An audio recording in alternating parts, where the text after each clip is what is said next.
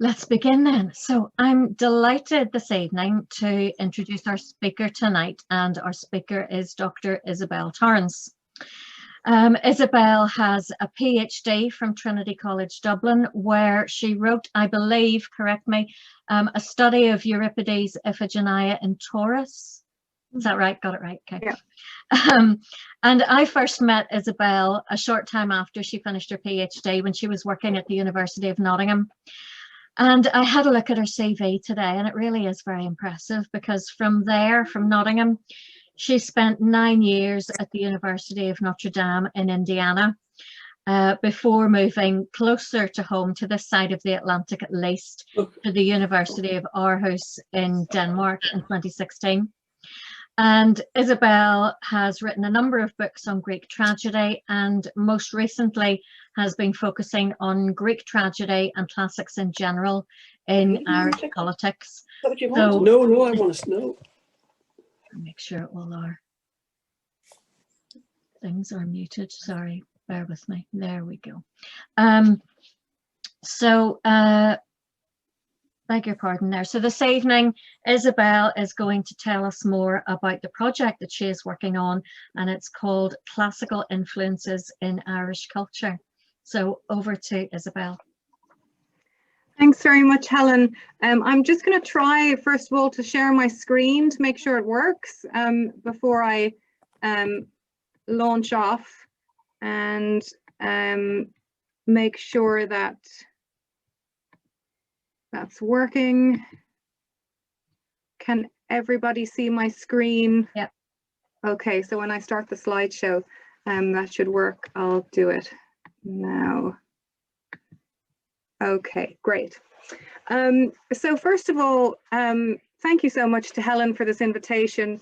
Of course, I'm disappointed not to be there in Northern Ireland, but it's wonderful to be able to do this online. And before I start, I'm really grateful to be talking to this particular audience, the Classical Association of Northern Ireland, because some of my recent research has been on Northern Ireland. So I'm looking forward to getting your feedback. And thanks, of course, to everybody who's zoomed in for the talk. And I also want to acknowledge, before I start, the very important work that Helen herself has been doing for the past few years in founding and developing the Belfast Summer School in Greek and Latin, and all of the wonderful initiatives that she has promoted in Northern Ireland to support classics. So, that's great, keep it up.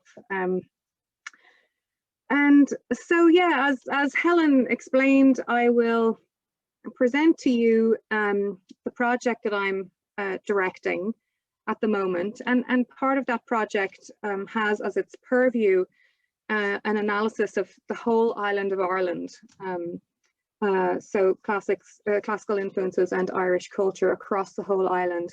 And Helen's asked me to talk for about 45 minutes, so that's what I'm going to try to do.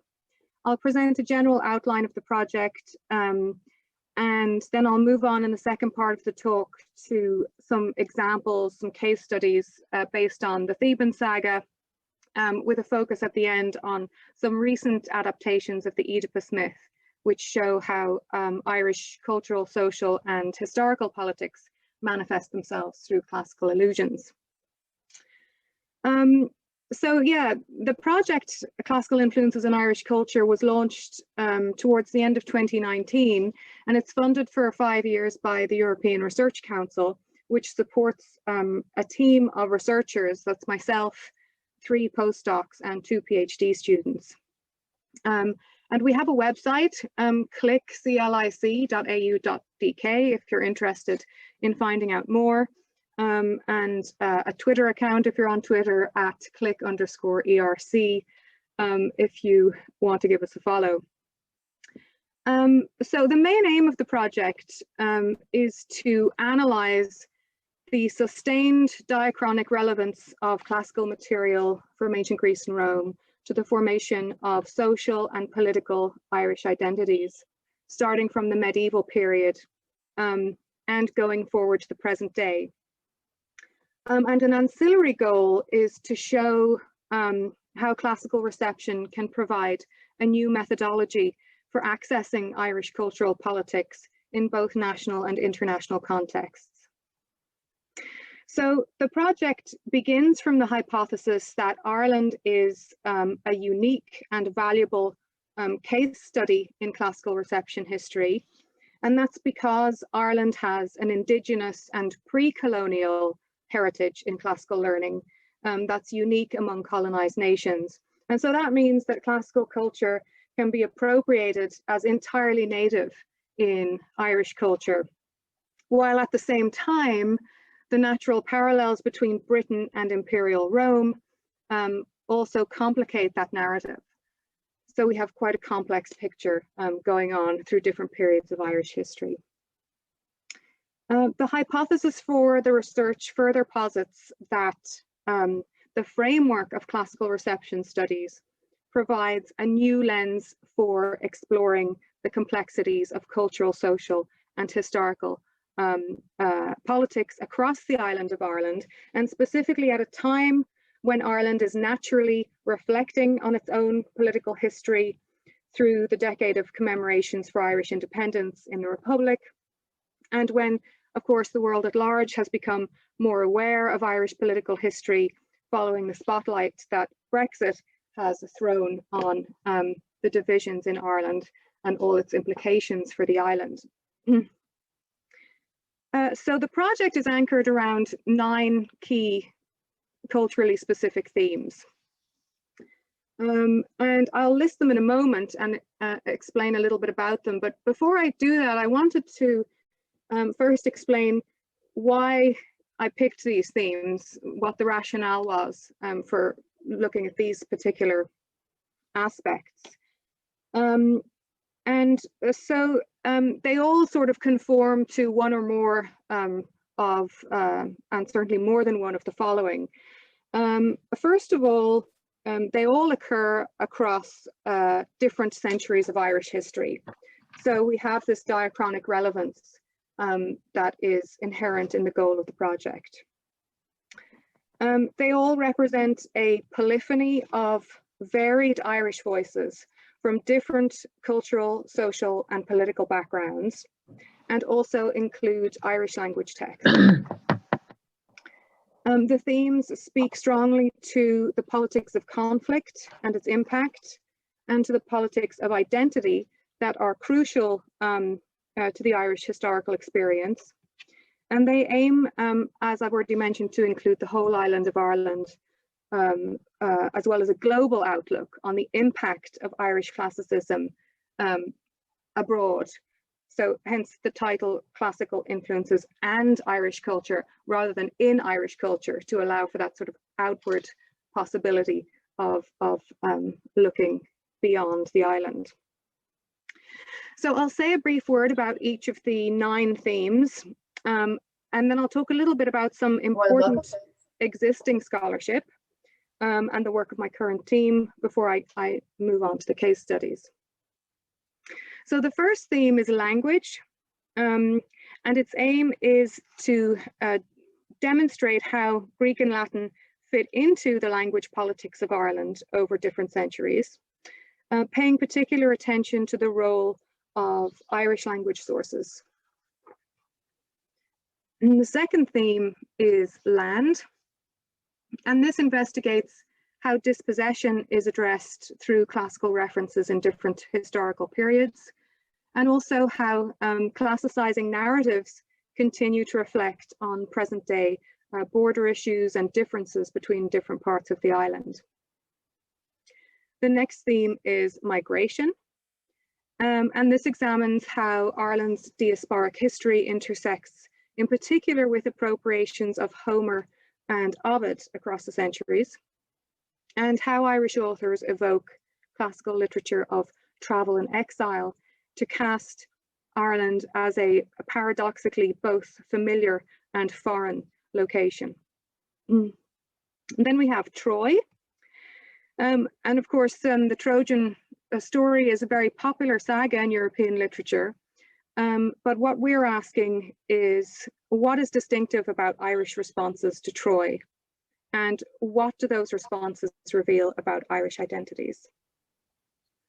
The next theme is satire, which aims to analyse how Irish traditions of satire in both English and Irish languages are connected through classicising tropes, and also how polylingual wordplay in Greek, Latin, English and Irish is manifest in Irish satire writing traditions from both languages. The next theme is Platonism. And I really try to avoid this because I'm not, I did do Plato's political philosophy with John Dillon in Trinity when I was an undergraduate, but I'm definitely not a philosopher. But it was just there everywhere, and so I couldn't avoid it. And I'm very pleased to say that one of our postdocs and one of our PhD students are doing a lot of work on this theme. So that's sort of, you know, just a burden off of me. But it is very interesting to me. And the two key questions here are, how did early Irish Platonists influence Irish intellectual culture? This is going back to John Scottus, who was on our £5 note for quite a while. And then later on, how did Platonism become a common language shared by Irish intellectuals of many different interests, political ideals, and religious commitments? The penultimate theme is material. Oh, sorry, no, I've missed one out. The next theme is female voices. So this also has to do with diversity of engagement across different social groups.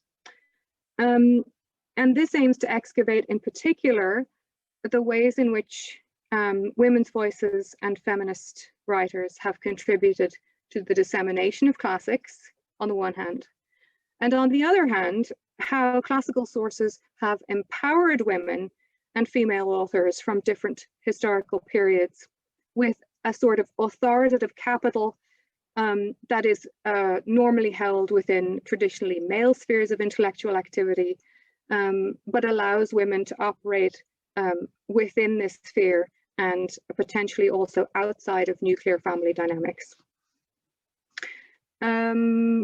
Yeah, so just two more then. The material culture is sort of the only non-literary theme. And the idea is to look at classicizing material culture in Ireland to see how it either mirrors or complicates the literary tradition, which is the main focus of the project. And also to look at how classically inspired material culture in Ireland speaks to narratives of colonialism, nationalism, and identity, so that this particular theme also addresses the key questions of the project, looking at how classical sources, what they can tell us about issues of national identity. And then the final theme, which is global influence, aims to show how Irish classicism, and so I've got a picture of James Joyce's Ulysses here, and this is the main example of this, but there are others, how Irish classicism has influenced global literature, and in particular, the new national literatures of emerging post-colonial nations and nations in areas of conflict. So how have texts like James Joyce's Ulysses enabled other post-colonial nations to use classical sources, Homer's Odyssey, and other sources to create their own national epics or their own political literature? The project is ambitious in scope, and as I mentioned, its goals are being pursued by a team of researchers, which I am in charge of. And my role is to sort of oversee the project and eventually to produce an analysis which encompasses all the 9 themes. But we have postdoctoral researchers working on the medieval period. That's Dr. Daniel Watson, who's also a Platonist scholar. We have a postdoc working on the early modern period. That's Dr. Gregory Darwin, who's also an expert on Irish language material. We have a mystery person, not somebody who didn't want their photograph up there, but a third postdoctoral researcher. We actually have an open call at the moment, closing on Sunday, for a researcher who will be appointed in a complementary field. And we have 2 PhD researchers working respectively on 19th century history and imperialism. That's Jeppe Höfner, and on Irish or Celtic, the Irish or Celtic revival period. That's Caleb de Jong. And so because the scope of the project is so diverse, we have an advisory board of 18 colleagues who are experts in different areas related to the project. And I'm excited to say that we have a growing group of research affiliates. We started with 2 in September, and we're now up to 14. And these are scholars whose research intersects sort of at the periphery of what they're doing with some of what we're doing, and who attend some of our seminars and present their own research that's connected to the project. So we're very lucky to have all those connections, and we're learning a lot from our affiliates. And since most of the sources we deal with are literary, we are developing a reference database of classical allusions in Irish literature, partly to track our own data, but as a tool which we hope will be useful for researchers in the future. It is live and searchable on our website, with the caveat that it currently contains only sample data, but it's a decent sample. Over 100 works of Irish literature are in there already, in both English and Irish languages. And the screenshot here just shows the very top lines of the search options. So there are significantly more search options than what you can see on the screen. So, as I mentioned at the very beginning, there is a lot of important scholarship already out there on classical influences in Irish literature, and to a lesser extent on Irish culture. A vast bibliography exists on 20th and 21st century Irish literature, which frequently discusses the impact of Greek and Roman models on particularly the titans of Irish literature: W.B. Yeats, James Joyce, Seamus Heaney, Michael Longley, Derek Mahon, Evan Boland, Marina Carr, and many others. And one of the functions of our database is also to gather that relevant bibliography, so that when you find information about a particular Irish piece of literature that engages with a classical source, you also have right there any relevant bibliographical analyses. But there is also a growing body of scholarship on the medieval Irish literature, for example, that reworks tales from Greece and Rome. Here are just 2 examples. There is an important edited volume on the Irish use of Neo-Latin in the early modern period. There is a groundbreaking recent book on classical learning in Ireland among the less advantaged community during the 18th and 19th centuries. And of course, there's W.B. Stanford's Magisterial Ireland and the Classical Tradition, which was first published in 1976. So what are we doing then that is different from this existing research? Well, one distinctive feature of our project is that we are looking to bridge disciplines and time periods that are normally studied by disparate groups of researchers. So you could say that our work comes closest to Stanford's in attempting to provide a diachronic overview of classical presences in Irish culture. At the same time, our approach differs significantly in applying the framework of classical reception studies rather than the classical tradition, which was the model. And so what's the difference? Well, the classical tradition model assumes that ancient culture can be accessed primarily through education, with a strong emphasis on the value of that education. But as Lorna Hardwick has observed, and I think I spied her in the audience a while ago, so now I feel sort of humbled and embarrassed. As Lorna Hardwick discusses in her seminal Introduction to Reception Studies, This approach can tend to highlight elites and may undervalue diversity, where reception studies stresses the interactive relationship between the source culture and the receiving culture, and with a strong emphasis on cultural processes that shape those relationships.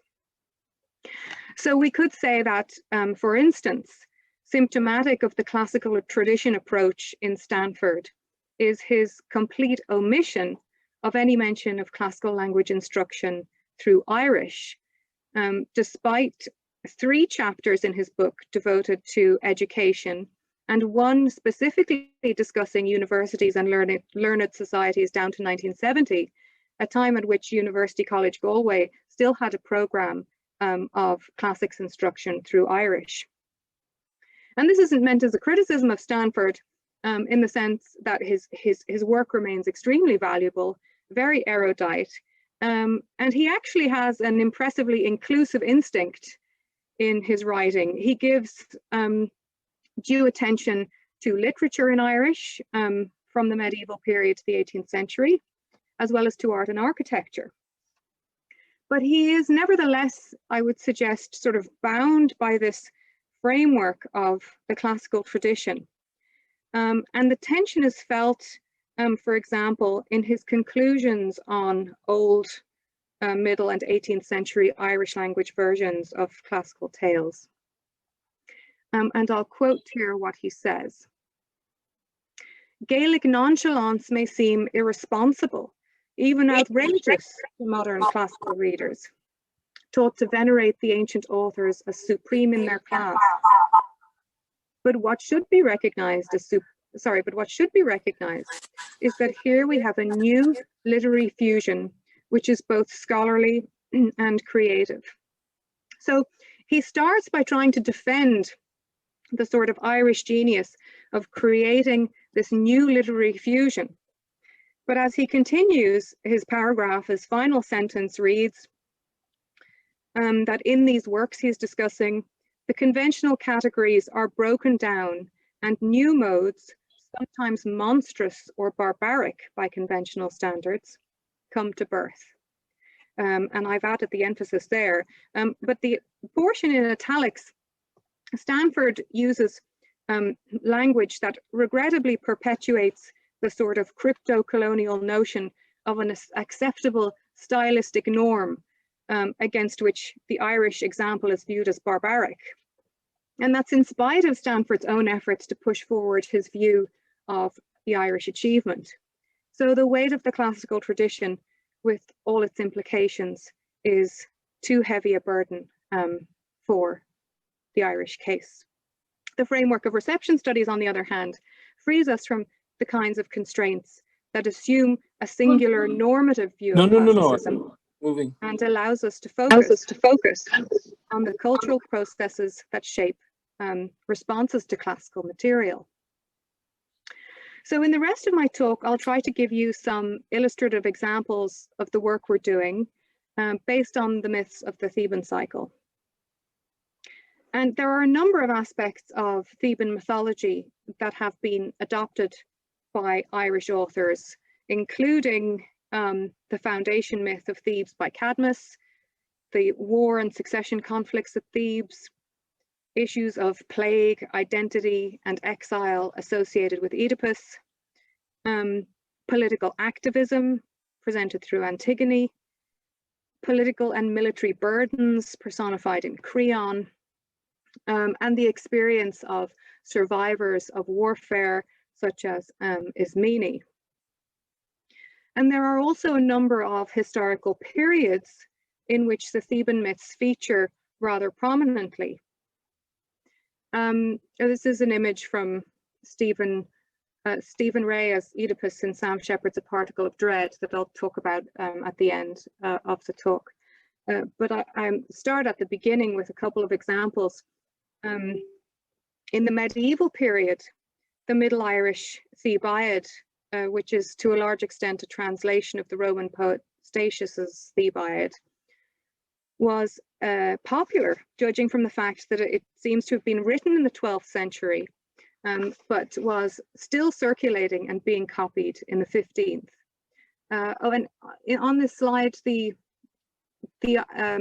parentheses show the sort of main themes out of the 9 themes I sketched out before, to which these particular texts speak most strongly.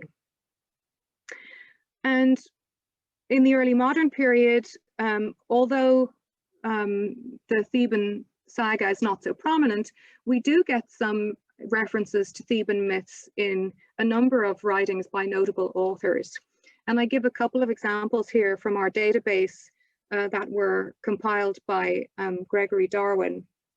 So one example here in a 1675 poem by Dovio Bruder, composed to celebrate a wedding.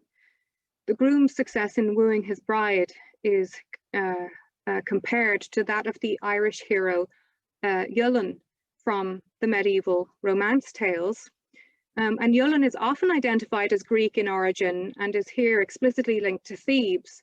And so this is an example of how Ireland and Greece were connected through deep-rooted migration myths that go back, in fact, to the medieval period.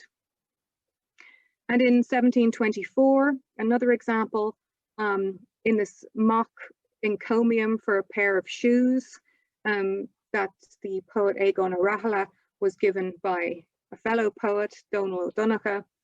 The shoes are said to be made from the leather of the cow that was sought by Cadmus when he founded Thebes. So here we have the myth used for satire. And starting from the 19th century and into the 20th and 21st centuries, we see a proliferation of different adaptations of the Theban myths of Antigone and Oedipus in particular.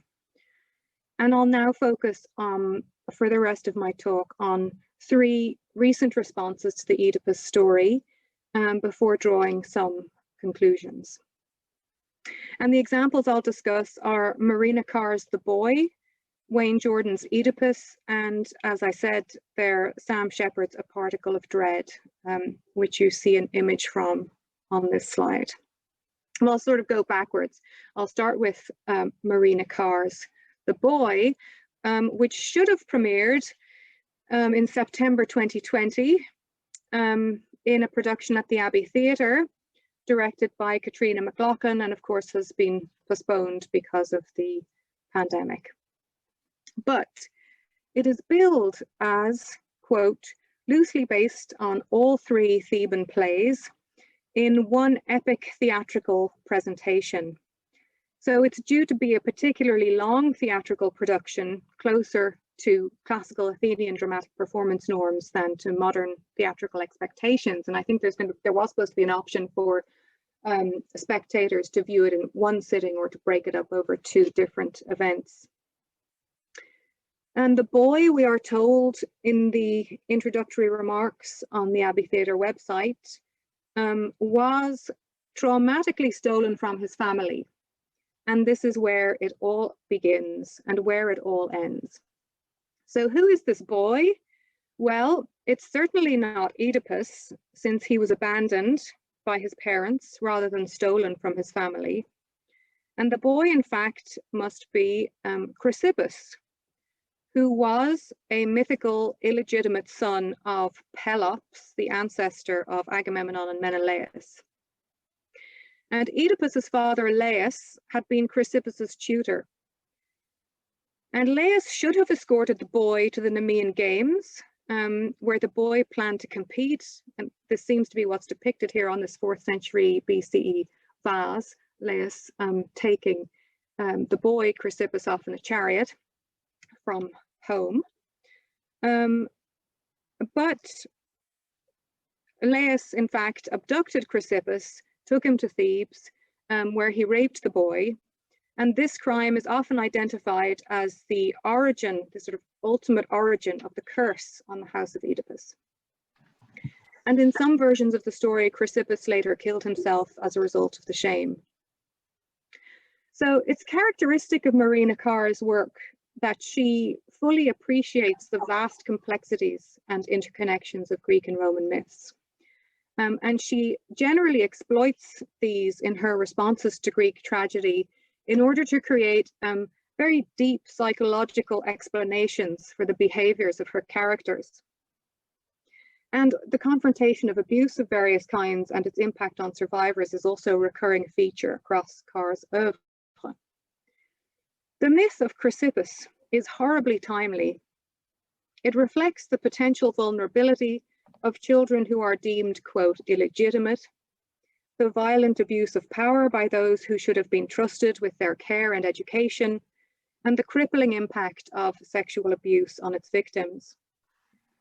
And the realities of such horrors, as you know, are very much part of Ireland's current national consciousness, as allegations of institutional abuses by figures in authority, which first began to surface in the late 1990s, had not stopped gathering momentum. Heartbreaking survivor testimonies, along with recent publications of reports on investigations into children's homes, Magdalene laundries, and mother and baby homes, have lifted the veil on generations of abuse, de facto slavery, and the human trafficking of Irish babies. And this affects the whole island. Just today, I saw a report was published by the Northern Irish Executive on these kinds of homes that operated in Northern Ireland between 1922 and 1990. Oedipus, on the other hand, is abandoned as a baby in order to avoid a divine curse. Laius had been warned by Apollo that he should not father any children. The child would grow up to kill the father. But Laius and Jocasta conceive a child in spite of this warning, and subsequently try to avert the curse through abandonment. And although Oedipus is saved and brought up by loving and wealthy adoptive parents, his realization that he is not their biological son, and the mystery surrounding his true identity, torment him for the rest of his life.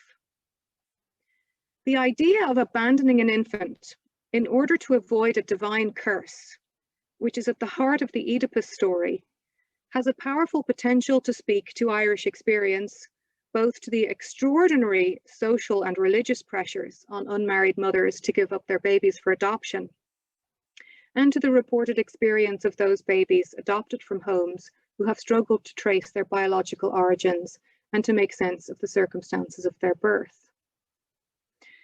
So a piece written by Marina Carr entitled I, Oedipus, which presumably comes from her work The Boy, featured as an aria in the electronic opera I Girl at the 2020 Clonmel Junction Arts Festival, with music by Roger Doyle. It was sung by Morgan Crowley, and it was accompanied by an art music video created by Trish McAdam, and you can see the video on YouTube. The lyrics of this short aria stress Oedipus's incest, as well as the trauma that he vividly remembers from his abandonment as an infant. And I've put on the slide some of the lyrics from the latter part of the aria. And I'll just read a little bit, starting from halfway down the first column. The hillside strewn with gnawed bones, a knee, a rib cage, an ankle. Whose shoulder was that? Whose clavicle? And the babe, waiting, choking, feet in ribbons, smeared in shit, urine, mucus. Will she never come? What have I done? I've never known such pain. The quotation speaks for itself in raising the spectre of mass infant graves and the trauma of infant abandonment. This is heavy-going stuff, and I am necessarily speculating to some extent as to the content of The Boy, since it remains unperformed and unpublished right now. And of course, Marina Carr is known for her wit as well as everything else. So I'm sure we can expect moments of humor and comic relief in her work.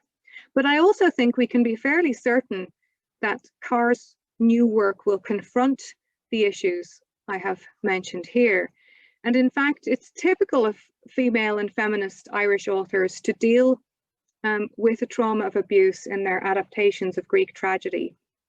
So apart from Marina Carr's other classically inspired plays, By the Bog of Cats, Ariel, Phaedra Backwards, and Hecuba so far, the play Ismene by Northern Irish playwright Stacey Gregg addresses the impact of sexual and paramilitary gang-related violence, both physical and psychological, on an array of different female characters in working-class Northern Irish communities.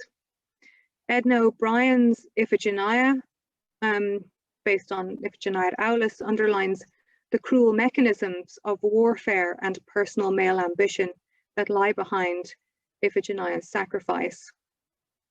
Brendan Kennelly's three feminist Greek tragedies, Antigone, Medea, and Trojan Women, all present the sufferings of women as the result of abuse, while Colm Tóibín's recent Pale Sister, which was co-created with Lisa Dwan, is dedicated to the experience of Ismene as a survivor, not so much of abuse in this case, but of the trauma of warfare.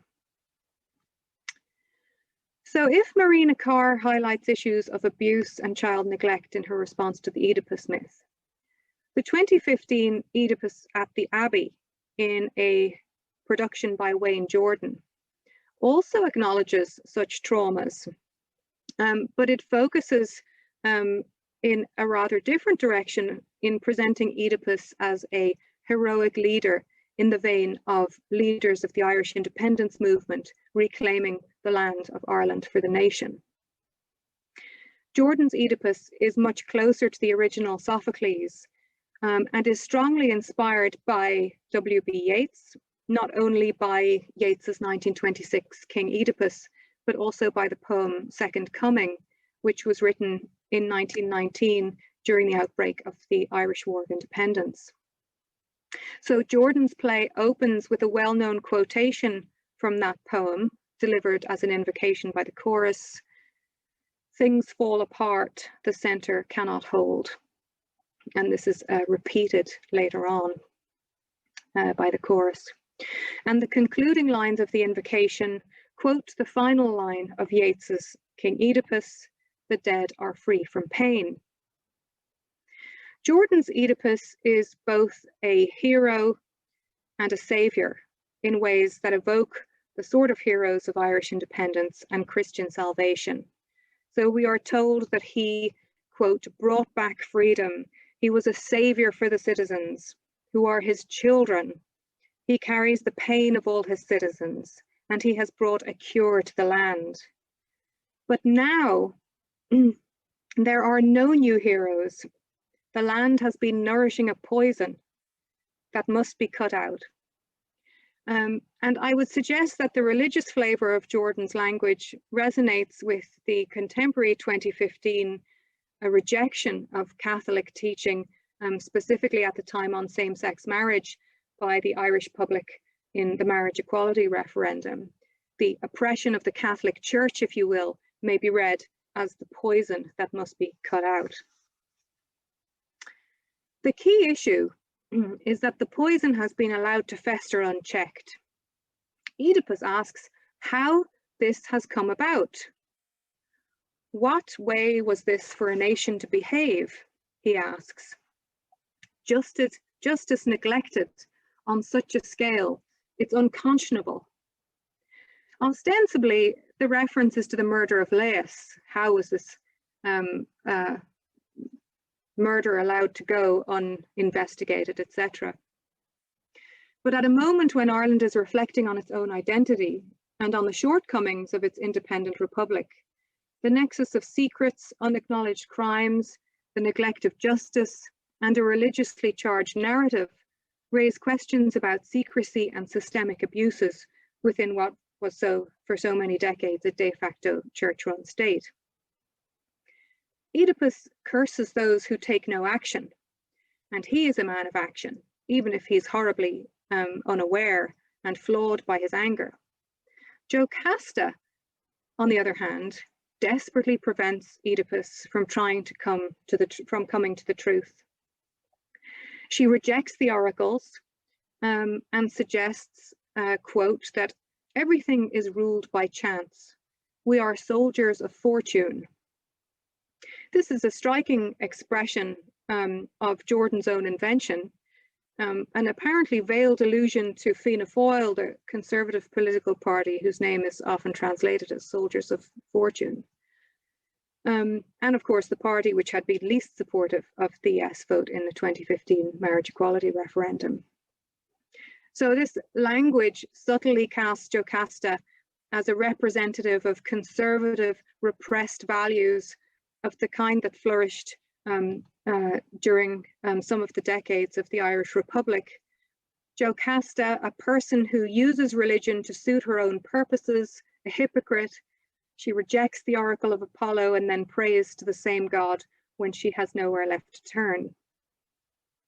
The issue of sexual aberration and silence, so pertinent to Ireland's painful past, is also addressed through the figure of Jocasta in Jordan's play, when the chorus ask, "How did the fields his father ploughed stay silent underneath him? Her womb should have screamed its secret.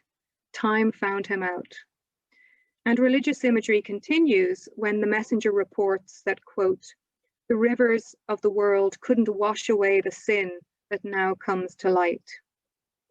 Oedipus remains an innocent of sorts, however, a product of the environment into which he was born. He is the unwanted child of unholy parents. Another pointed description in the context of the abortion ban that was still in place in 2015 Ireland and was under debate. In their final song, the chorus sing, "See the storm that followed him, the nightmare of history, the kink of fate, things fall apart." And the song concludes with a further allusion to Yeats. So we have the things fall apart, allusion to Yeats, and again at the end, "Only the dead are free from pain," that quotation from the end of Yeats's King Oedipus. And this reference to the nightmare of history in Jordan's final scene casts his play as historically relevant and suggests that the drama comments on the pain of acknowledging historical events. And in this sense, I would suggest that Jordan's Oedipus shares a concern with Sam Shepard's A Particle of Dread, Oedipus Variations, which will be my final example, and which some of you may have seen in its original performance. And if you have, I'd love to hear from you because I haven't seen it. But it was written by the late American playwright Sam Shepard, commissioned by Northern Irish actor Stephen Ray for the Field Day Theatre Company in Derry, specifically for a production in 2013 when Derry was the UK's city of culture, and of course with Stephen Ray in the starring role. So what is Particle of Dread about, and how does it speak to the politics of Irish history and identity? It's quite a challenging play, even as a text, to follow. So I imagine that it was also challenging to follow in performance. It's a sort of fractured, episodic take on the Oedipus story, where characters shift between time frames in ancient and contemporary manifestations of themselves. But what Shepard does is he hones in on the fact that Sophocles' play begins with a murder mystery. Oedipus is told that the only way to cleanse the plague on his land is to find and cast out the murderer of the previous king. And it is in his relentlessness to apprehend the criminal that he eventually discovers, of course, that he is himself the murderer, and worse still, that he has killed his biological father and married his biological mother. So the context for Shepard's play is a gruesome murder mystery reported in the newspaper of 3 bodies run over by a car in the US desert, not too far from the border of Mexico. What could this possibly have to do with Ireland? On the face of it, nothing at all. But I hope to persuade you that thematically there's something very interesting going on, I think. One of the things the play does is that it stresses that there are many reported versions of the same crime. Who is the victim? Who is responsible? What are the consequences for generations to come? Those three questions were listed on the playbill, sort of introducing in part what the play was about. So the highway patrol officer, Harrington, and the forensic investigator, Randolph, are the two people on the scene of the crime. And they disagree about the probable cause of this murder that they're investigating.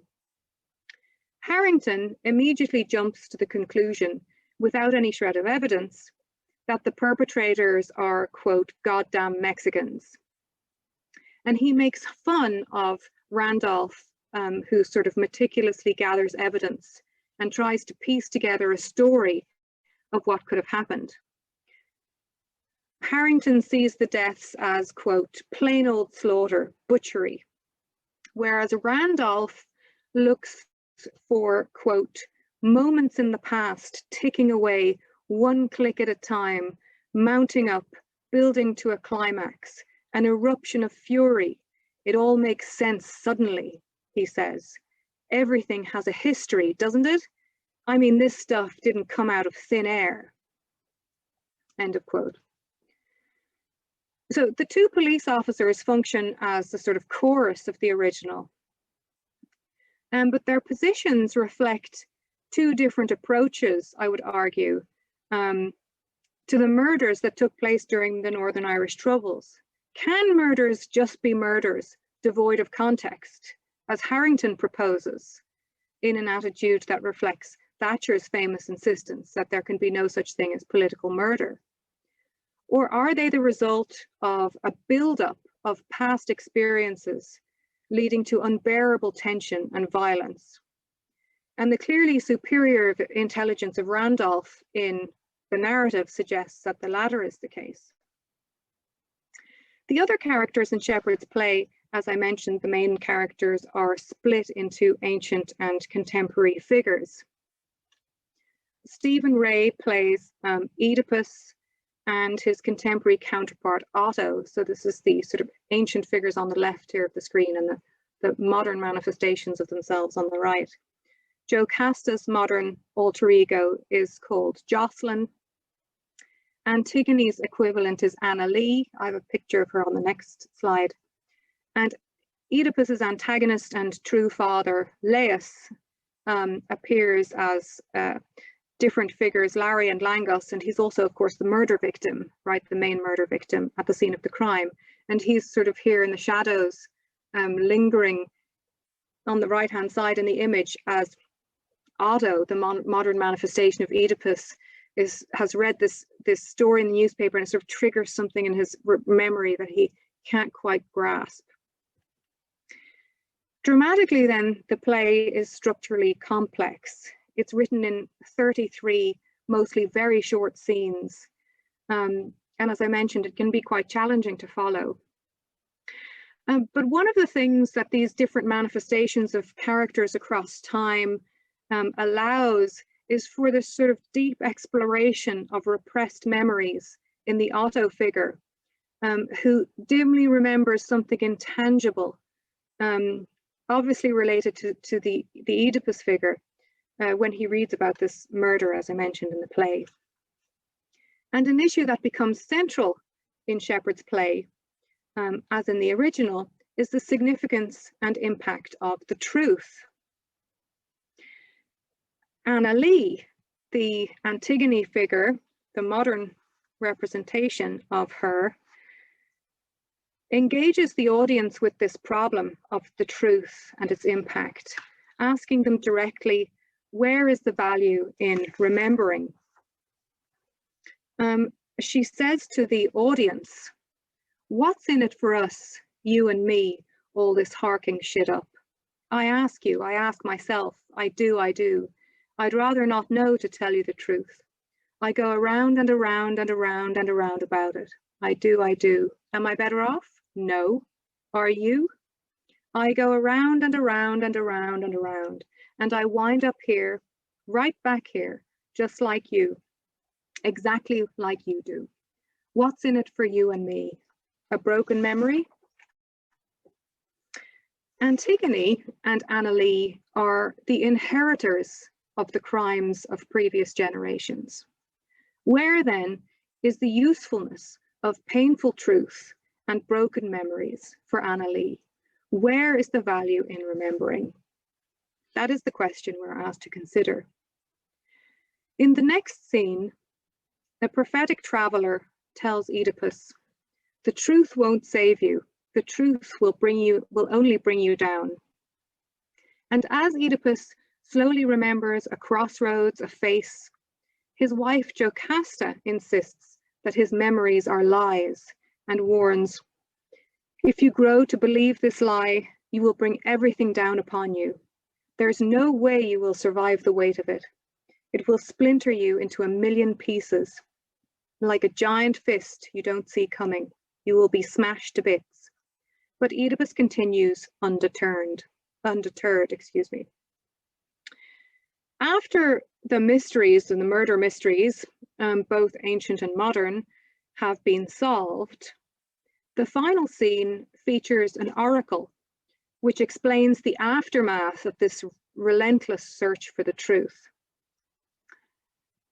And the oracle says, the whole city went back to being what it had always been, just a place where people came and went, births, lives, deaths.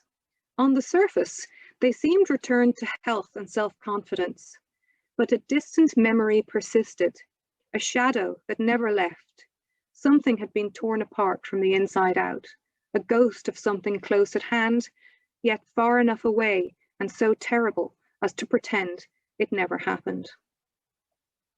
All these questions about the value and usefulness of truth and memory are pointed, I would argue, for a Northern Ireland entangled in 2013 in the consequences of the Boston College Oral History Project. As I'm sure you know, the project was launched in 2001 to record the testimonies of former Loyalist and Republican paramilitaries who could tell their stories in records that would be sealed until after their deaths. That was the idea.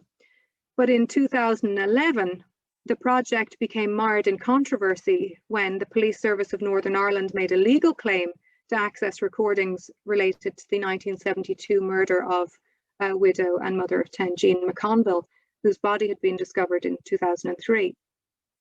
After a lengthy legal battle, the PSNI's claim gained the support of the United States Supreme Court. And in 2013, April 2013, this set a worrying precedent for those who had participated in the project and of course who now feared retaliation for providing details of terrorist activities. For a Northern Irish audience then, Shepherd's play may be said, and of course Stephen Ray himself is very much a political figure in a sense. The Field Day Theatre Company itself was founded for political reasons in the 1980s. And his wife, his ex-wife, Dolores Price, had been an active member of the IRA and had actually just passed away in January 2013. And I believe that there's a passing reference to her in the play, a figure called Dolores is briefly mentioned. So for a Northern Irish audience then, Shepherd's play may be said to attempt to capture the potentially damaging consequences of revisiting old memories and uncovering the truth at all costs. And in this context, we may consider Jocasta's warning to Oedipus in scene 28. Who told you, she said, the truth was such a good idea? You think they know the world. The truth will set you free. Ha! What a crock of shit that is. That's for sissies. That's for those who haven't got a clue, flailing around in their own confusion, swimming in a sea of failure and regret, a last resort. I'll tell you what the truth is for. It's for tearing us all apart, suspicion, treachery. That's what it brings down on our heads. As often in Greek literature, female characters, particularly wives and mothers, seek to restrain male characters from striking out on a path that will lead to their own destruction. But they tend to fail, whether it be Andromache attempting to keep Hector off the battlefield in Homer's Iliad, or Jocasta trying to persuade Oedipus away from the truth in Sophocles, as here in Shepherd. So to conclude, I would like to suggest that it's no accident to find this cluster of Irish Oedipus plays surfacing during the decade of commemorations. If the Oedipus story is a quintessential search for identity, it has much of value to offer a society like contemporary Ireland, which is reflecting on the varied identities of its own citizens. Moreover, if we look back to the 1920s, the partition of the island and the emerging Irish Free State, we find another cluster of Oedipus plays by W.B. Yeats, who translated both the Oedipus Rex and Oedipus the King and Oedipus at Colonus, and by the cleric and scholar Padraig de Bruin, who also translated both Oedipus plays into Irish.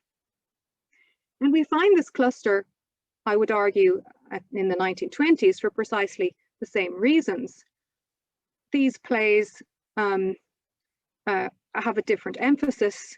They both downplay the sexual aberrations, but they promoted the classic pedigree of Sophocles through a specifically Irish lens. Their plays connected the Oedipus myth to traditional Irish ritual, to Christianity, and to land claims. Yeats's Oedipus plays were, in a way, an act of censor baiting due to the technically incestuous content being produced at a time when the Committee on Evil Literature had just been established in the Irish Free State. While for de Bruin, who was an ardent nationalist and took the anti-treaty side in the Civil War, the classic Sophocles plays were vehicles for veiled political expression after he was repeatedly reprimanded by his superior clerics for unpriestly involvement in politics. These 1920s plays then, like the ones from the current decade, were about Irish national identity and political policy.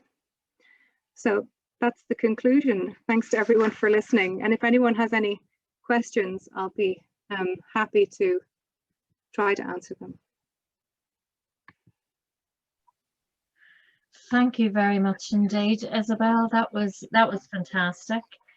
That was riveting. I thought that was great. So interesting. And I'm really interested in you know, those plays that you were talking about, in particular that last one that you were. I'm just nipping in here, everybody, with my question, by the way.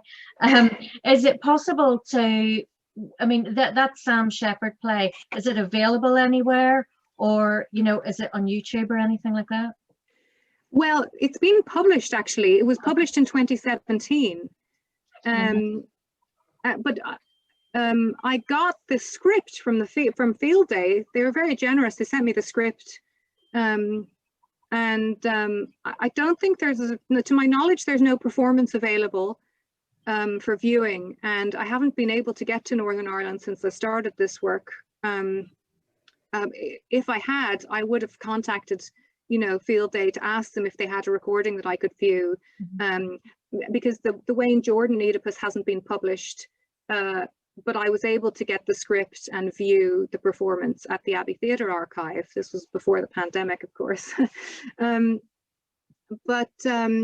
Yeah, the interesting thing about the Shepard play, as it turned out, it was his last play, and it didn't seem to get very good reviews. I don't think either in Ireland or, well, then it played in New York, but it has played a couple of times, I think, because it's like Sam Shepard and it now has become his last play. People want to figure it out. But to me, the key here in the mix is Stephen Ray. You know, he commissioned it. They were working together. He was friends with Sam Shepard. He asked him to do this for, you know, the legendary, you know, year. And I think that, you know, when you play it in New York, you know, it's sort of like, you know, the questions don't make as much sense, I think. But yeah, I actually don't have it right here under my hands because I had brought it home. And I've been given very, very, very special permission to use my office for this lecture because it would have been a bit of a nightmare at home today. So I haven't been in for ages except to grab books. But it is published. Okay, cool. Thank you. Right, well, over to everyone else. Does anyone, oh, I think I see, does anyone have their hand up? Is there anything in the chat? Would anyone like to ask Isabelle a question? Oh, we've got a question from Ante, if I can just open up. Ante says, love the lecture. My question is if there has been any work on Mairead Grada's and trial relating to classical reception. I'm not sure if I've pronounced that right. Thanks, Ante. I actually am not familiar with that that work. Maybe you can tell me something about it. Do I need to Actually, unmute? the play that's used for the Leaving Cert, it's on Trial. It's about a girl who gets pregnant by a teacher and then ends up killing herself. Okay. But it's on the Leaving Cert. Okay. After my time, anyway. Thank you, Brian. Ahuvia. So I'm sorry. The answer is I don't know. Okay, over to Ahuvia has a question. Hi. Thanks very much, Isabelle. That was really marvelous and very informative, and especially, I think, for me in my particular relatively recent circumstances. Also, thank you for pointing out the distinction, which I think is in many ways very important, between classical traditions and classical reception, and we all owe a very great debt here to Lorna, of course, in her distinctions. But nevertheless, I do wonder whether the distinction is, let me put it provocatively, at all valid. Whether it's not, in fact, drawing us into a whirlpool of hypocrisy and self-delusion, in as much as we don't really think that anyone except, well, W.B. Yeats, perhaps Lebrun is a good example, with a very, very privileged education. Remember, in Ireland, the people who do Greek and Latin in school now are only in the very private schools, and they're very few. So only people with a very privileged education would make that link. And so to say that we're now opening this up to a range of receptions, well, it sounds very nice, and it certainly fits in with what we think is right. And I definitely, let me make it absolutely clear, think it's right that we should democratize the idea of reception. But we are still, to be perfectly honest, in my view, smack in the middle of what I could only call a colonialist model, in which we're pretending that voices can you show me someone who's not had a privileged education who would be able to make the kind of references, never mind the biographies of those individuals who were cited, and not all of them, admittedly, I'm that closely familiar with, who would not have a very privileged, and I would almost say British, Anglo-Irish, if you want to make reference to Yeats' education, and thus that the idea is absolutely where we should go, but the model of a distinction between reception and classical tradition doesn't even begin to address that problem. There are models out there, none of them, to the best of my knowledge, cited within the community of classical reception, which has a very big problem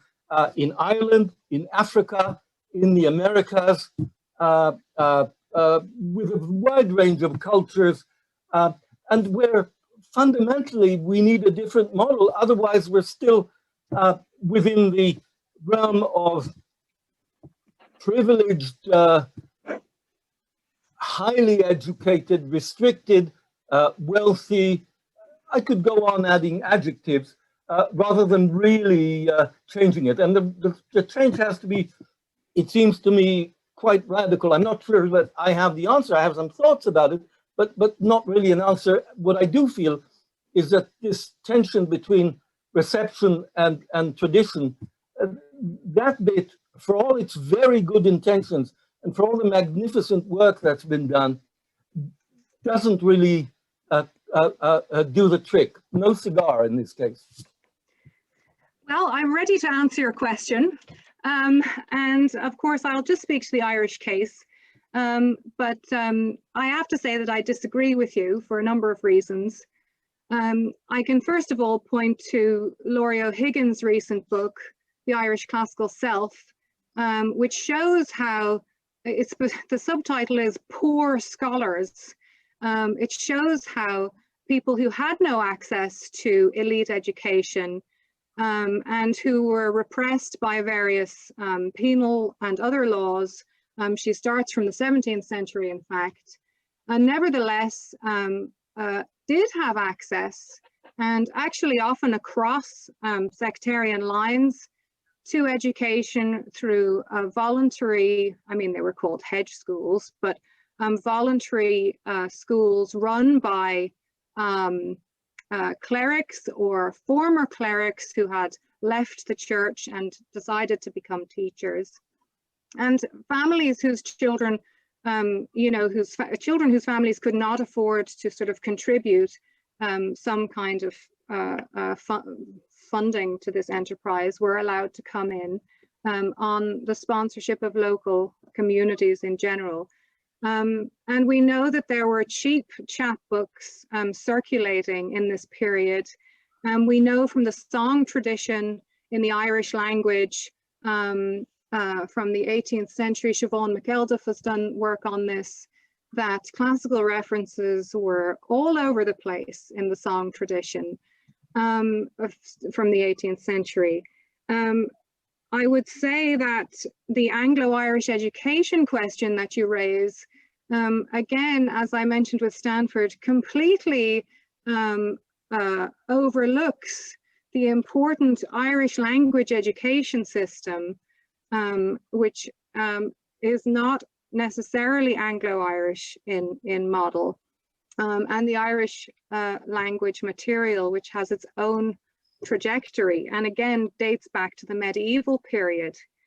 I would say that clerical education was a very important way of disseminating classical learning and classical literature up until, at least the middle of the 20th century, that you didn't have to be wealthy to become a priest, and you didn't have to be wealthy to be taught by a priest, and the clerics were very highly educated, but not necessarily in an elitist or in an Anglo-Irish fashion. For today, for the 20th century, I would say, I would give two examples. I would first of all say that you don't need to know Greek and Latin. In fact, you only really need to know how to read to be able to access classical literature if you want to. So, again, I don't think that the sort of high level of education is necessary. And with specific relevance to theatre and to some of the examples I discussed today, the Field Day Theatre Company, which was founded in 1980, was specifically founded as a popular enterprise. They played in bingo halls, they toured the country, it wasn't expensive to go, and Field Day had, its first play was Brian Friel's Translations, which is, all about how Irish, Greek and Latin, those three languages sort of form a triangle which can avoid and omit the English language. which doesn't make any sense when the surveyors come and try to transliterate the names of Irish places into English. And of course, some of their earliest plays were Tom Paulin's The Riot Act, his adaptation of Antigone, Seamus Heaney's The Cure at Troy, his adaptation of Philoctetes. These were democratic exercises. So I really don't agree with you. And I could go on, but that's all I have to say about that. And I did see quite a lot of other questions coming in. So. Yes, thank you very much. Lorna wanted to say something, and Lynn wanted to say something, and there was a question also from Una. So Lorna, could we have your... Yes, thank you very much. And first of all, thanks to Isabel for a wonderful talk. I learned a fantastic amount from it. It's very thought-provoking. I think I just wanted to add a sort of brief comment about the direction and speed with which ways of looking at these many issues are actually moving.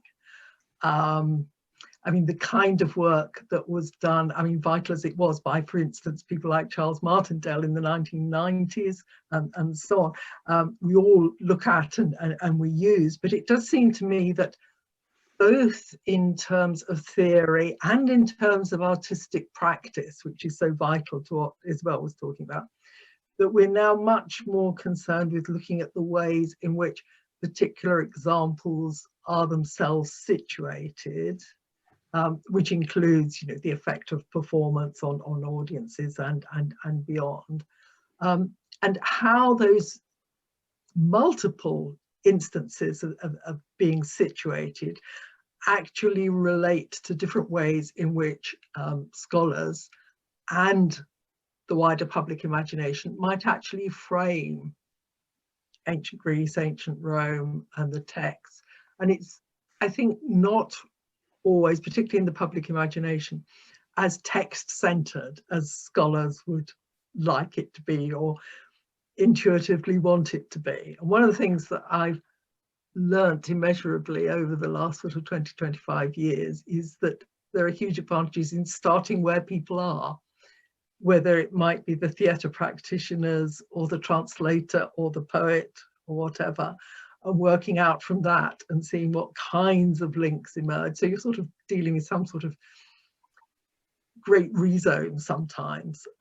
It's a detective work of its own kind, if you like, to go back to the Oedipus example. And sometimes we don't like what we find. But I would want to argue, I think, that that's not a reason, for ignoring it or suppressing or bypassing. And actually the constant relationship between the constructions of the past that one might get either artistically, creatively, or indeed in terms of scholarship, which has its own creativity, its own pressures to say something new. Those kinds of reconstructions of the past are always related to the present, but they're also related to the future. And I think it's that kind of anachronism, both in terms of language, gesture, performance, but also in terms of thought models, which is absolutely fascinating about, the kind of work that everybody probably in this Zoom room is doing. So I think it's that constant tension between work that's been done, work that's been in progress, work that's being planned for the future. And I include creative work alongside scholarship. Very interesting. I think that, Isabel, your project has been talking about literature as a bridge into wider culture. And I was just wondering, to get round to my question, how far you actually think that your project is going to be then getting into the relationship between literature and cultural politics and the way in which that is changing, in Ireland and elsewhere. Yeah, that's a big question.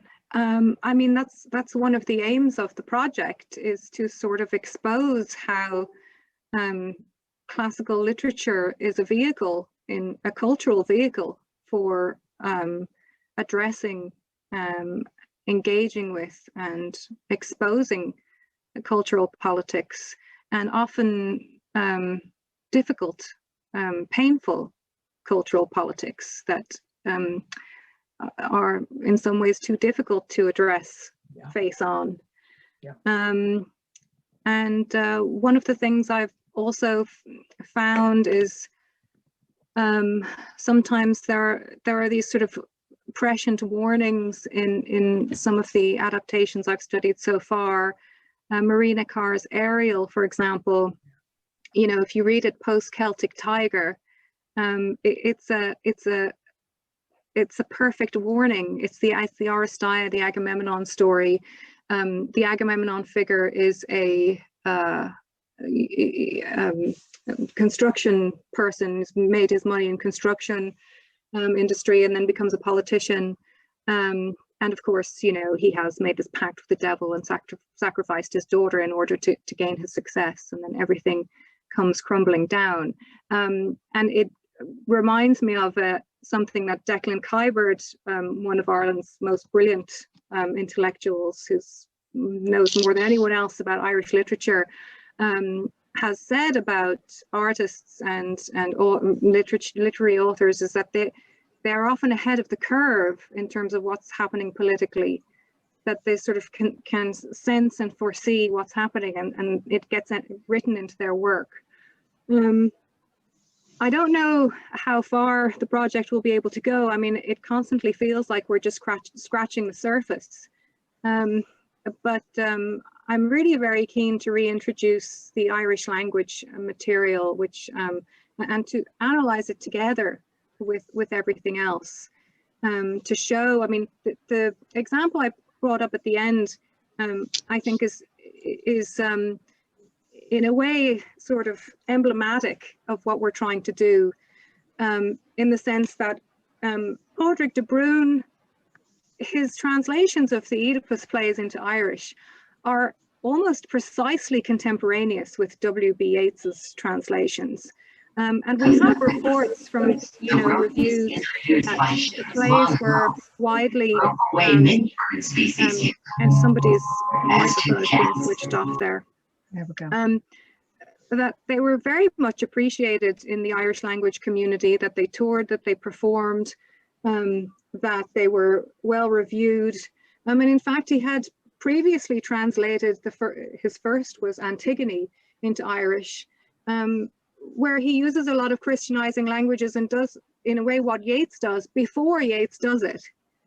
And the two men knew each other. You know, they disagreed about the importance or place of the Irish language in the revival of Irish national literature, or the creation of Irish national literature, if you like. But I suppose one of the aims of the project is to really try to reintroduce some of these lost voices, to show the complexity of the link between classical literature and cultural politics. I don't know if that really goes far enough to answer your question. Whenever you ask me a question, Lorna, I always feel like I've failed to answer it. No. Well, you know, it's genuinely exploratory, because I think this is one of the most exciting and also the most difficult aspects. But you know, I thought the point that you were making at the very beginning of your talk about you know, the unique contribution of the Irish context, in that there is a pre-colonial engagement, you know, with Greek and Roman material, is absolutely crucial, because you know, that provides comparative elements with almost any question, you know, that people are currently asking. You know, it's wonderful. But I mustn't take up any more time, but thank you for raising, you know, these fascinating things. It's been great. Thank you, Lorna. Thank you, Lorna. Now, Lynn, you had wanted to say something? I wanted actually to say three separate things, so I'm going to be sort of fairly quick, and also because I wish I could say I did teach privileged young men, but I don't, in a state school in Belfast, and I have a ton of marking to do, so it needs to be done. I just wanted to address very briefly one of the previous points about elite education. There are no public schools, certainly in the north of this country. There never have been. And therefore, the classical tradition, which we still hold on to by hook or by crook, is entirely through state education.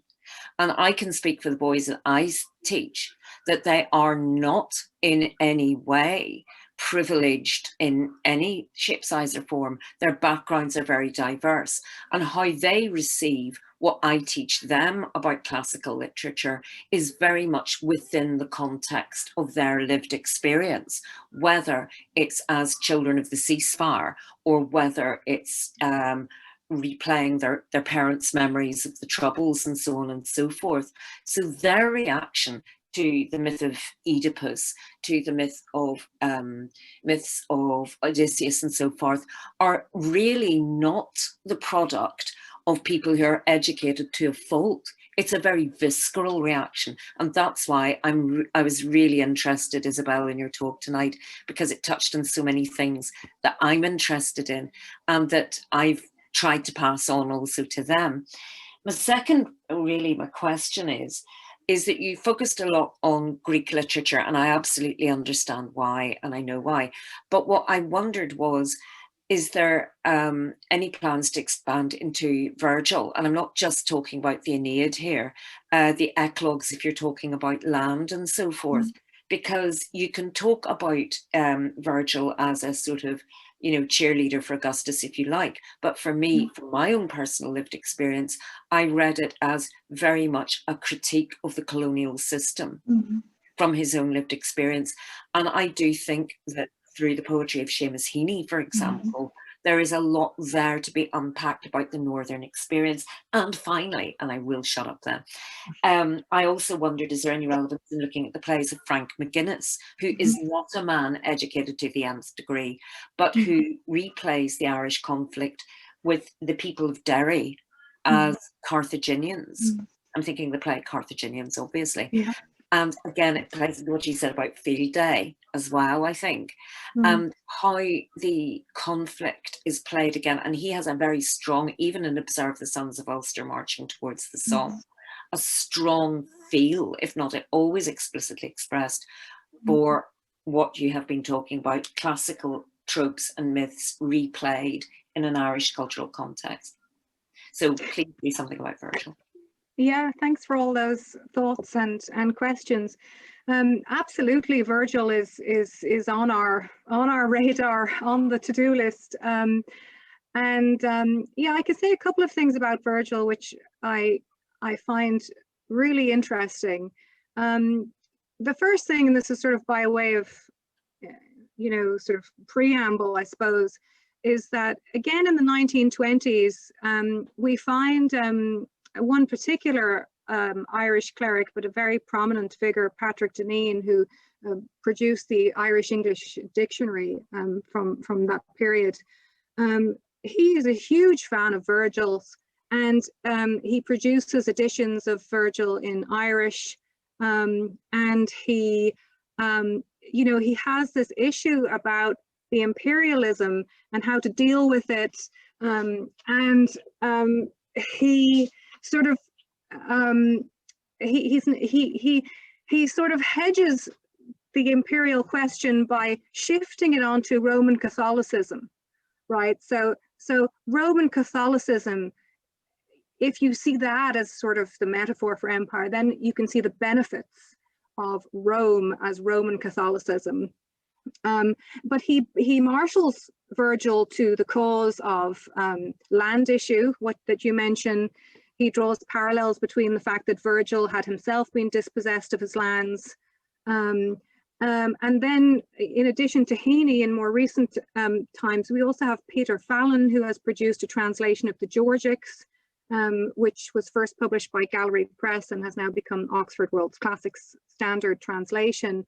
And in his introductory note to that translation, he actually specifically says that he was inspired by the Georgics, following his own experience of living in a border county, of the sort of peace that is advocated in the Georgics through farming. And of course, he himself comes from a farming community that can be found after periods of civil war. So he sort of specifically related his inspiration to translate the Georgics to the Northern Irish conflict. And of course, as you say, with Seamus Heaney, I mean, Virgil is hands down the most prominent classical author in his works. Yeah, I mean, there is there have been quite a number of studies done on Seamus Heaney. I think there's more work to be done, especially with the Aeneid that you mentioned. But certainly the issue of land, the peace that you can find through the land, as somebody who has experienced conflict, I think those are central issues in all of the Irish appropriations of Virgil. I could just say, if you're interested, there is a really good chapter on the Irish language and engagement with Virgil in a book I recently co-edited, and I can send Helen the link. It's horribly expensive. It's published by OUP, but you know, if you don't tell anyone, I can send you the I can email you a link to the not for circulation proofs. That would be really kind, thank you. And there might be some other stuff of interest in there as well. And a colleague, I know a colleague, Cillian O'Hogan, I can't remember where he's published it, but he has written an article about Virgil in Irish adaptations of the Georgics, specifically, where he also talks about Peter Fallon. And then the other book I'm thinking of is Ban Valley Muses, what's it called? Seamus Heaney and the Classics. Yes. Yeah. That's very much. I've just finished sort of going over that again, but yes, thank you. That's brilliant. Thank you. But I haven't answered your question about the Carthaginians. And actually, there's also a chapter about the Carthaginians in the book that I can send you the link to. By the scholar Siobhan McElduff that I mentioned already. She analyzes the play and she talks about the sort of, you know, the use of the classical myth to collapse, you know, class and gender distinctions. And so the class issue is very important. It's working class. And of course, the gender fluidity where Dido becomes the, you know, the gay queen of Derry. Those are sort of two key features. And she actually traces it back in inspiration to the song tradition from the 18th century, where the figure of Dido has sort of a fluid identity, and the figure of Dido is much more prominent than Aeneas. So that might be interesting for you as well. I'll send the link to Helen. Thank you so much. Thank you. Thanks. Thank you, Lynn and Isabel. Now, there was, I realised we've kept you talking for ages. There was one more question from Una, and I did mention Una's name, so I don't want to pass her over. Una, are you there? Would you like to, I can't find you had a question in the chat. Yes. Yeah, don't worry, I can just say it. I wanted to know if you think a lack of understanding of the Irish language could contribute to a lack of understanding of the project, if that makes sense. So I was wondering if there was any sort of works inspired by classical texts that were written in Irish but not translated into English and are therefore not accessible to non-Irish ears. Yeah, I mean, they're mostly translations of, I haven't come across, I mean, apart from the older material, right? There's the medieval and the early modern Irish stuff. And so that's where we're talking about bridging disciplines. And actually my medievalist postdoc, Daniel Watson, is here, so he can correct me if I'm wrong. I think most of the central medieval Irish vernacular texts that were inspired by or sort of translated from, loosely translated from classical sources are available in some form of an English translation. So they are accessible to a certain degree, although not all versions of these manuscripts are available in English translation. So one is limited to that extent in what one can read. So the medieval material is generally accessible, and there's a growing body of bibliography on it. Much of the early modern material has not been, the Irish material has not been translated into Irish. we have an early modern Irish seminar that I'm struggling through, because I have done Irish at school, but it was a really long time ago, and it wasn't early modern Irish. But our early modern Irish postdoc is an excellent linguist, and he's helping us through. But there is a bardic poetry database that has a lot of information in it and can be searched. And for the sort of more recent material, it's so far all translations, Irish language translations of Greek and Latin texts, or school editions, or teaching aids translated into Irish. So there wouldn't really be any reason to then translate them back into English, if you see what I mean, because English translations already exist of those works. But what I'm interested in doing is in looking at what language is used in the Irish to translate certain ideas and concepts, and whether or not that's significant. You know, I can give you one example very briefly of Padraig de Brún's Oedipus at Colonus, for example. That play is set at the Grove of the Eumenides in the original Greek. And in his translation, he sets it at the grove of the three Morigna, the Irish war goddesses. So he sort of maps the whole story into an Irish mythological context. So that's the kind of thing I'm interested in. It is, of course, impossible to access the Irish language material if you don't have Irish, but part of the point of this project is to try and, you know, disseminate awareness of these texts through publishing analyses of them in English.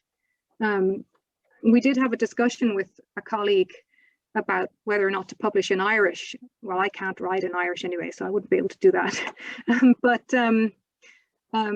You know, it's important, I think, for the project to be publishing in English so that we can create awareness of these.